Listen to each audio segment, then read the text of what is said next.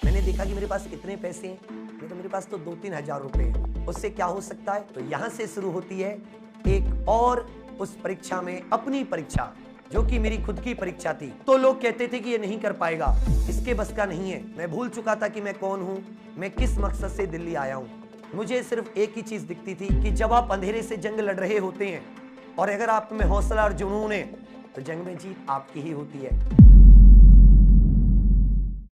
10 रुपए वाली मोमबत्ती की रोशनी से आप क्या कर सकते हैं? रात को उसकी रोशनी में कोई किताब पढ़ सकते हैं, या किसी कॉपी में कुछ लिख सकते हैं, या अधिक से अधिक अपनी कोई खोई हुई चीज ढूंढ सकते हैं। मैंने उसी 10 रुपए वाली मोमबत्ती में अपनी खोई हुई किस्मत को ढूंढ निकाला है। जी हां दोस्तों, मेरा नाम विवेक है। मैं एक टीचर, एक एंटरप्रेन्योर और एक एग्जामपुर वेंचर का डायरेक्टर हूं। इस कहानी की शुरुआत होती है मेरे छोटे से गांव, जो कि उत्तर प्रदेश के बुलंदशहर जिले में है, वहां से। हर एक माँ बाप की तरह मेरे पिताजी ने भी यह सपना देखा था कि उनका बेटा पढ़ लिख कर एक बड़ा अफसर बने, जिंदगी में एक कामयाब इंसान बने, जिसको लोग पहचाने और जो अपने दम पर, अपने पैरों पर खड़ा हो सके। उस सपने को पूरा करने के लिए उन्होंने जो भी चीजों की जरूरत थी, अपने स्तर से हर मुमकिन कोशिश की मुझे उन चीजों को देने की। पढ़ाई खत्म होने के बाद में उनके उस सपने को साकार करने के लिए, अपना नाम बनाने के लिए या सरकारी नौकरी प्राप्त करने के लिए मैं भी सभी की तरह उस रेस में शामिल हो गया। सब लोग कहते थे कि वो रेस जो शुरू होती है उसकी शुरुआत दिल्ली शहर से होती है। मैं भी अपने कुछ कपड़े और बाकी अपना कुछ सामान लेकर उस सपने को पूरा करने के लिए दिल्ली शहर आ गया। तो उतना साधन संपन्न तो थे नहीं कि एक बार फोन किया घर से कि जितने पैसे की जरूरत है, यहां देखिए यहां तो बहुत मारामारी है, खूब सारा महंगा किराया, किताबें भी बहुत सारी महंगी महंगी। तो मैंने सोचा कि क्यों ना, जब मैं बचपन से एक अच्छे तरीके से पढ़ता आ रहा हूं, तो मैं उसी चीज के दम पर लोगों को साथ साथ, अपनी पढ़ाई के साथ साथ लोगों को पढ़ाकर मैं अपना खर्चा चला सकता हूं, और इससे मेरे घर पर भी बोझ नहीं पड़ेगा और मेरी चीजें भी पूरे आसानी से चीजें चलती रहेंगी। इसको पूरा करने के लिए मैंने एक ऑनलाइन कोचिंग में पढ़ाना शुरू कर दिया। बहुत ही अच्छे से मैंने वहां पर बच्चों को पढ़ाना शुरू किया। वो सभी बच्चे सरकारी नौकरी की ही तैयारी करते थे। चीजें बिल्कुल सही दिशा में जा रही थी, ज्यादा मुझे रिक्वायरमेंट नहीं थी, तो मैं उतना ही समय देता था कि मेरी पढ़ाई भी डिस्टर्ब ना हो और साथ साथ बच्चों को भी कोई असर ना हो।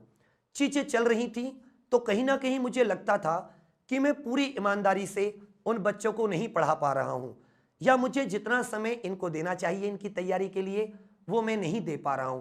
ये चीजें कहीं ना कहीं मुझे अंदर से अंदर ही अंदर मतलब परेशान करती थी कि या तो पूरी तरीके से उनके लिए डेडिकेट हो जाओ, या तो पूरी तरीके से पूरे मन से सब कुछ छोड़कर उनकी तैयारी कराओ, या पूरे मन से अपनी तैयारी करो। मैंने सोचा कि अधूरे रास्ते से इनको नहीं छोड़ता हूं। मैंने अपनी तैयारी को साइड में रखा और मैं उनके सपनों को पूरा करने के लिए, उनके सपनों को अपना सपना मानकर पूरे जी जान से लग गया। दिन रात एक कर दिया, क्योंकि हमारे गांव में कहावत है कि जब एक किसान बंजर जमीन में फसल उगा सकता है तो तुम मेहनत के दम पर क्या हासिल नहीं कर सकते। और उसी कहावत को पूरा करने के लिए मैं पूरे जी जान से जुट गया। इतने जी जान से जुट गया कि जो विद्यार्थी सोचते थे, जो स्टूडेंट सोचते थे कि हम नहीं पढ़ेंगे, वो लोग भी चीजों को देखकर बहुत अच्छे से उन्हें समझ में आने लगी। वो खुद, उनके अंदर आत्मविश्वास भरने लगा कि हां, हम भी अब कुछ प्राप्त कर सकते हैं।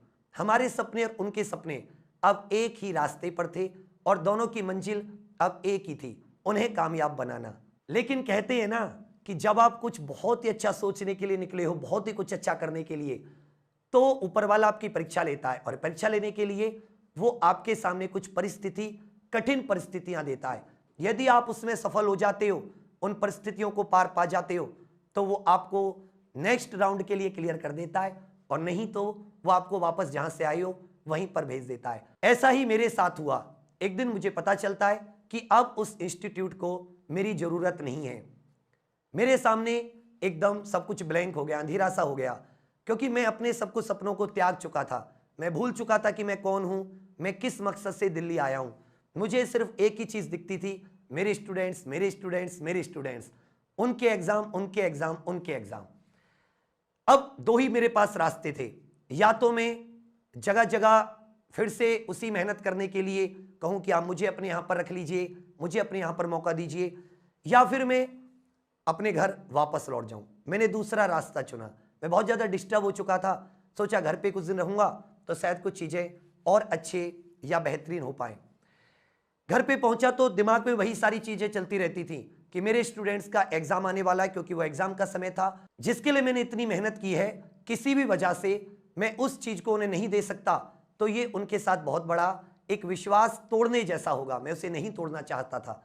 मैंने देखा कि मेरे पास कितने पैसे हैं, मैंने कहा मेरे पास तो 2-3 हज़ार रुपये हैं, उससे क्या हो सकता है। तो मैंने सोचा इससे तो बहुत कुछ हो सकता है, इससे एक बोर्ड आ सकता है, इससे एक मार्कर आ सकता है, इससे और जो मुझे छोटी छोटी चीज़ें इंटरनेट आदि की रिक्वायरमेंट है वो पूरी हो सकती है। फ़ोन मेरे पास था ही। तो यहाँ से शुरू होती है एक और उस परीक्षा में, अपनी परीक्षा जो कि मेरी खुद की परीक्षा थी, उसे पास करने की जंग। मार्कर आया, बोर्ड आया, फिर से वही पिच, फिर से वही मैदान, खिलाड़ी भी वही, गेम भी वही, और फिर से एक और सेंचुरी लगाने का जुनून स्टार्ट हो चुका था। लेकिन गांव में बहुत सारी समस्याएं आती हैं। कभी लाइट नहीं होती तो कभी इंटरनेट नहीं होता, कभी कुत्ते भौंकते हैं, कभी कोई और जानवर की आवाज़ आती है, कभी मोर की आवाज़ आने लगती है। इंटरनेट और जो लाइट की समस्या थी ये बहुत ज़्यादा थी। एग्ज़ाम बिल्कुल सर पे थे, बिल्कुल सब कुछ सही चल रहा था, एग्ज़ाम सर पर थे, उनको भी निकालना था। दूसरी तरफ लाइट गांव में आ नहीं रही थी रेगुलर। तो मैंने क्या सोचा कि अब मैं कैसे करूँगा। तो रात को थोड़ी इंटरनेट की स्पीड सही होती है, तो मैं बहुत सारी 10-10 रुपये वाली मोमबत्तियाँ ले आया और मैंने उसी मोमबत्ती की रोशनी एक मेज पर उन मोमबत्तियों को लगाकर, जिससे कि मेरे छोटे से बोर्ड पर रोशनी हो जाए, हाथ में मारकर लेकर खुद एक चेयर पर बैठकर और मैंने स्टार्ट कर दिया। बहुत ही शानदार रिजल्ट रहा। बहुत ही, कहते हैं ना कि जब आप अंधेरे से जंग लड़ रहे होते हैं और अगर आप में हौसला और जुनून है तो जंग में जीत आपकी ही होती है। बिल्कुल साक्षात मेरे साथ ऐसा ही हुआ है। मैंने वो जंग बहुत ही शानदार तरीके से लड़ी और बहुत ही शानदार तरीके से जीती भी। लेकिन अब एक जंग जीतने के बाद में स्टूडेंट्स का भरोसा और ज़्यादा हो गया। उन्होंने कहा कि नहीं सर, अब और अपना हम लोग बड़ा कुछ बनाते हैं चीज़ों को।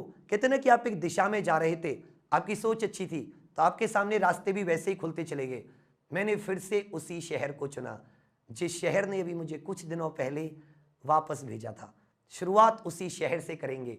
एक बार फिर से उसी जोश, दुगने उत्साह के साथ फिर उसी शहर में वापस आई और फिर शुरुआत की। तो लोग कहते थे कि ये नहीं कर पाएगा, इसके बस का नहीं है, पर मैं कहता था कि मेरा हौसला मुझसे कहता था कि तू कर जाएगा, तो एक बार कोशिश तो कर। और इसी कोशिश को पूरा करने के लिए एक दिन हमने डिसाइड किया कि हम 12 घंटे की लगातार बिना रुके, बिना बैठे, खड़े होकर लगातार क्लास करेंगे। हम बताएंगे लोगों को कि अगर आपके सामने टीचर नहीं है तो भी आप पढ़ सकते हैं, तो भी आप जो वो सिखा रहा है उससे सीख सकते हैं। और उसी हौसले से हमने वो 12 घंटे की एक रिकॉर्ड YouTube पे बनाने की कोशिश की और बहुत ही शानदार तरीके से हम उसमें कामयाब हुए।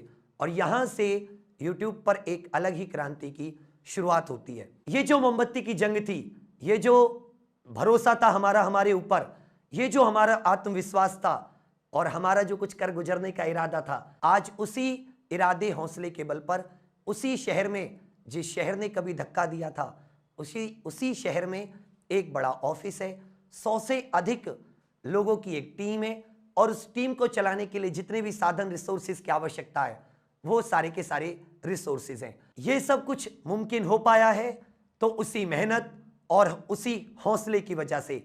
वही हौसला जिससे मैं मोमबत्ती की रोशनी में अपनी किस्मत ढूंढा करता था, वही हौसला जो बार बार गिरने के बावजूद मुझे उठने के लिए, दोगुने उत्साह से उठने के लिए मजबूर कर देता था, वही हौसला जिसने मुझे कभी टूटने नहीं दिया।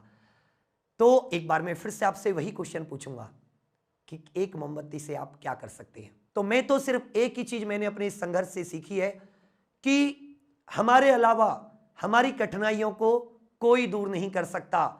और जब भी ईश्वर को हमसे कुछ करवाना होता है, तो जैसे हम सरकारी नौकरी का कोई टेस्ट देते हैं और यदि हम उस टेस्ट में पास होते हैं तो वो सरकारी नौकरी, तो वो सरकारी काम करने का पद हमें मिलता है।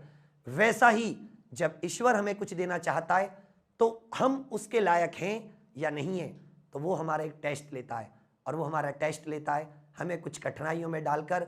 वो देखना चाहता है कि क्या उन कठिनाइयों से लड़ने का, उन कठिनाइयों से जीतने का, उन कठिनाइयों को खत्म करने का हमारे पास हौसला, जुनून, इरादा है या नहीं है। तो एक ही बात कहूँगा कि इरादा रखिए, एक दिन आप उन कठिनाइयों से जरूर जीत जाएंगे।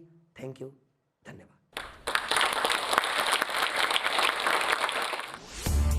इस वीडियो के बारे में अपनी राय नीचे कमेंट सेक्शन में हमें बताएं और अपने दोस्तों के साथ ये वीडियो शेयर करना ना भूलें।